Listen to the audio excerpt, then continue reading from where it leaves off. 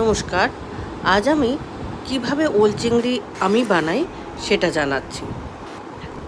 তার জন্য প্রথমেই ওলগুলোকে ঠিক এভাবে কেটে নেবেন। ওল কাটার সময় কিছু প্রিকশন নিতে হয়, সেটা হলো হয় আপনি গ্লাভস পরে কাটুন, আর যদি খালি হাতে কাটেন তাহলে হাতে প্রথমে সর্ষের তেল লাগিয়ে তারপরে ওলগুলো কেটে আবার হাতে একটু সর্ষের তেল লাগিয়ে উনুনের উপরে হাতটা একটু সেঁকে নেবেন, তাহলে ইরিটেশন ভাবটা অল্প কম হয়। যাকে এবার রান্নার কথায় আসছি। ওলগুলোকে এরকম টুকরো টুকরো করে কেটে নিয়ে তারপরে জলের মধ্যে সেদ্ধ করে নেবেন। যখন ভালো সেদ্ধ হয়ে যাবে তখন এটা নামিয়ে তার মধ্যে লেবুর রস দিয়ে রেখে দিতে হবে।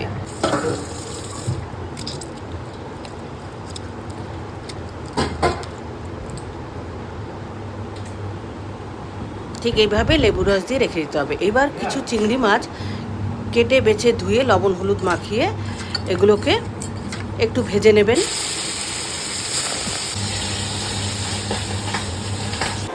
ভাজা হয়ে গেলে কড়াইয়ে তেল দিয়ে তেজপাতা, সাদা জিরে ফোড়ন দিয়ে অল্প পেঁয়াজ ভেজে নেবেন। পেঁয়াজ ভাজা আদা হয়ে গেলে আদা রসুন, লঙ্কার গুঁড়ো, জিরের গুঁড়ো, হলুদ গুঁড়ো দিয়ে কষিয়ে নেবেন মশলাটা। আমি এখানে বেটে নিয়েছি, আপনারা গুঁড়োও দিতে পারেন। এবার কষে গেলে টুকরো টুকরো করা ওলগুলো দিয়ে কাঁচা লঙ্কা দিয়ে আবার এটাকে কিছুক্ষণ কষাবেন এবং মাঝে মাঝে এইভাবে ভেঙে ভেঙে দেবেন। ওল যত গুঁড়ো হবে, মানে যত দানাদার কম থাকবে, তত মনে করবেন ইরিটেশন বা চুলকুনি গলায় কম হবে।